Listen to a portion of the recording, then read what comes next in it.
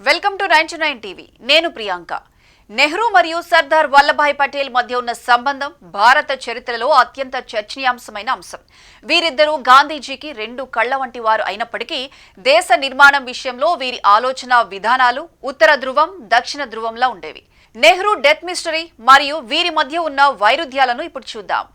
మొదటి వివాదం ప్రధానమంత్రి పదవి. 1946లో కాంగ్రెస్ అధ్యక్ష పదవి కోసం జరిగిన ఎన్నికల్లో 15 ప్రాంతీయ కమిటీలలో 12 కమిటీలు పటేల్ వైపు మొగ్గు చూపాయి.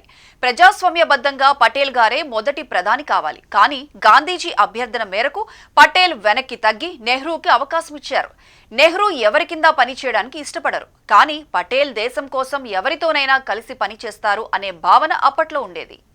ఇక రెండవ వివాదం కశ్మీర్ మరియు చైనా వ్యూహాత్మక భేదాలు. కశ్మీర్ అంశాన్ని ఐక్యరాజ్య సమితికి తీసుకువెళ్లాలన్న నెహ్రూ నిర్ణయాన్ని పటేల్ తీవ్రంగా వ్యతిరేకించారు.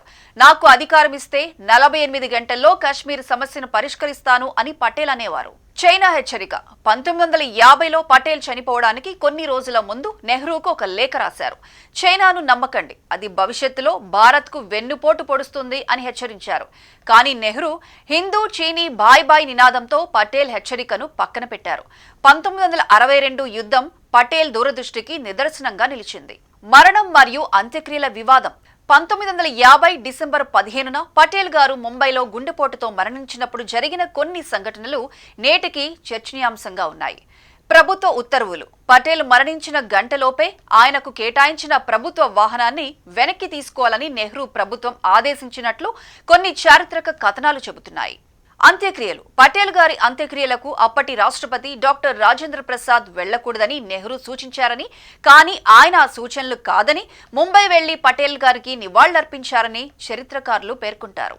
భారతరత్న. నెహ్రూకి 1955లో భారతరత్న లభిస్తే దేశాన్ని ఏకం చేసిన పటేల్ గారికి మాత్రం 41 ఏళ్ల తర్వాత అంటే 1991లో కానీ ఆ గౌరవం దక్కలేదు.